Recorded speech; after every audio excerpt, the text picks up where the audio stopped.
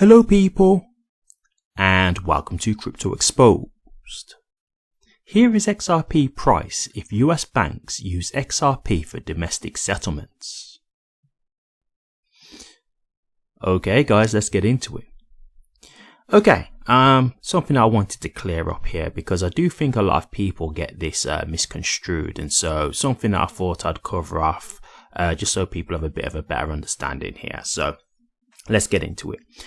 Okay, so we're talking about banks using XRP, well, US banks, sorry to be specific, to use XRP for domestic settlement. Okay, I'm going to get into two things here. First and foremost, we'll get into the price that they talk about, and then I'll get into the reason as to why this just wouldn't realistically be something that would really happen. Okay, so first and foremost, I'm an XRP holder, so just to make that clear, I hold XRP. I'm very bullish on XRP, but very realistic, so let's just get that out of the way. Now let's get into it.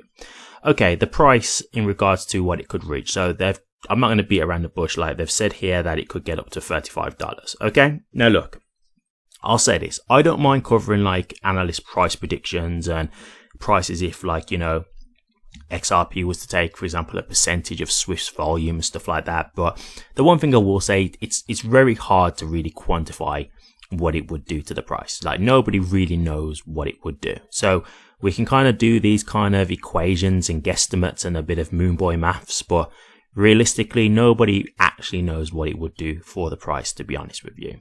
But they've said $35, okay? So the first thing I'll say is $35 sounds good to me. I'd be happy with that, but I'm not going to take that at face value as to that's what it would accomplish.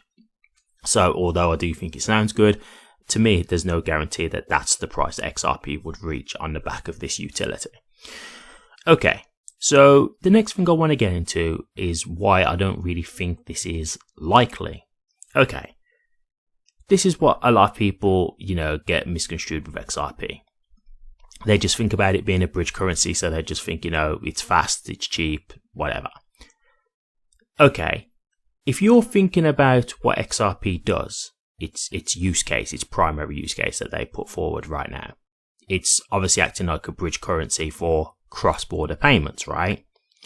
So if you're talking about domestic payments, there's not really much point in using XRP. Well, there's not really any point in using XRP, to be completely honest with you. Why? Because the whole benefit of using XRP is to be able to convert one currency into another currency. So if you're going from one country to another country, you're basically converting that country's native currency into the other country's native currency. And so that's where XRP being the bridge is ideal, because it can convert it pretty much instantly, right? And for a very cheap fee and very fast time. But if you're talking domestic, what would be the point in bridging dollars to dollars? Do you see what I mean? Like, why are you going to use a bridge in between dollars? Because the end result is dollars anyway. So what you've actually got to understand here is, when you think about using XRP domestically, around the US specifically, you're actually adding friction to the payment rather than taking away friction. Why? Well, you're putting something in between that doesn't need to be there, right? Like if you've got dollars, and then you transfer it, and at the end you've got dollars again, what's changed? Nothing, because the currency is still the same, right? So what you're doing here is you're actually adding friction, because rather than just saying, hey, we've got some dollars here, and then we need to transfer dollars to over there in the US, you're saying, okay, let's send some dollars, turn it into XRP, then turn it back out of XRP back into dollars. So you're actually adding friction there. Whereas if you just transfer some dollars, nothing had to be changed anyway. And because it's domestic, you got to understand that with domestic payments, it's very different to obviously cross-border payments, right? This is why, for example, with cross-border payments, banks have Nostro-Vostro accounts, which is like basically an account with a lot of other types of currencies in, so they can basically do the transfers a lot easier. And so when it comes to doing it domestically, it's kind of just having like a balance sheet. It's kind of like just taking off or adding on numbers on like an order book, right? All you're doing is saying, okay, we'll deduct this much money from this account, or we'll add this much money to this account. That's all you're really doing when you're doing domestic payments. When it's cross-border payments, it's a lot more difficult because obviously you're having to deal with like the currency, the exchange rates and things like that. But when it's the same currency, you're not having to do all those things. So what you've got to understand is for US, like domestic payments, yeah, like they really aren't likely to use a bridge currency because it's not going to benefit them in any way. That's not going to make life easier for them. It's actually going to unnecessarily make life more difficult. Now, when I say more difficult, obviously with this technology it happens fast, but what I'm saying is it's not needed. It's just not required. So why would you put that friction in unnecessarily, right? Now, could they use it for other things like the stock market and stuff like that? Yeah, okay. But we're talking about domestic payment settlement here, right? That's specifically what I'm focusing on. The other thing I'll say is, like, to be honest with you, it's actually more possible that banks in the US would probably rather use a stablecoin than use XRP. That's the truth. Because again, if you're just using a stablecoin pegged to the US dollar, like RLUSD, well, that's a lot easier, right? Because it's pegged to the dollar and then it's not going to change. So in that regard, I actually do think for domestic, in terms of payments, I think they'd probably rather just use a stablecoin. So I think that's actually more likely than them using XRP. And so this is where a lot of people who I think are not as well researched in XRP and understanding the the utility and just thinking every bank will use it. I think this is where they, they get really sucked into the hype of it, right? Like they don't kind of thoroughly understand and just think, yeah, every bank's going to use it and domestically and internationally and whatever. And it's like, you got to understand like the pros and cons to some of this. There are going to be points where using XRP might not always be the beneficial option. There could be alternatives that will be better suited. So just understand that like XRP isn't the answer to everything when it comes to like payments and stuff like that. There will be alternative options.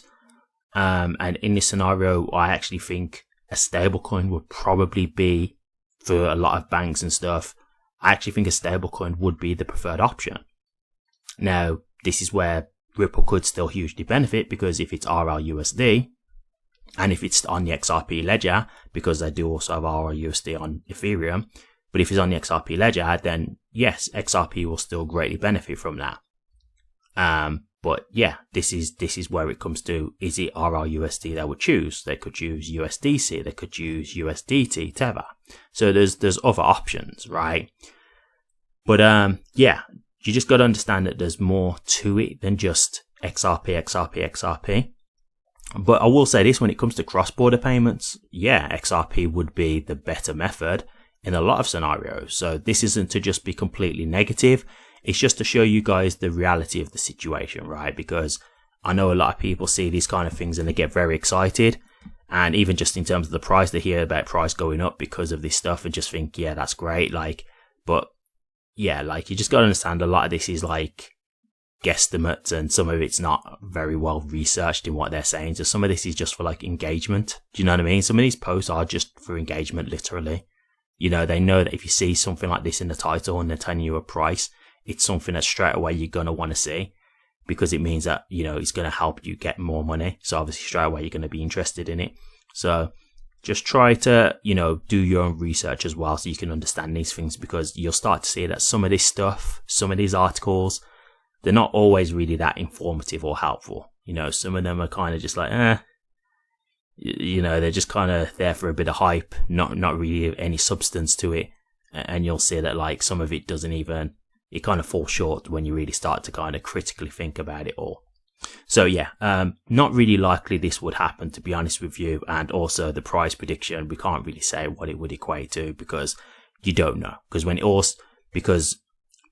it's all said and done, what will drive the market and the price is supply and demand. That's what it will come to. So, it's not always easy to just put a price point on any type of use case. It's just not that simple. But I hope this helps. Thank you very much for watching this. Please remember to like, comment, and subscribe. And hit that bell. Take care.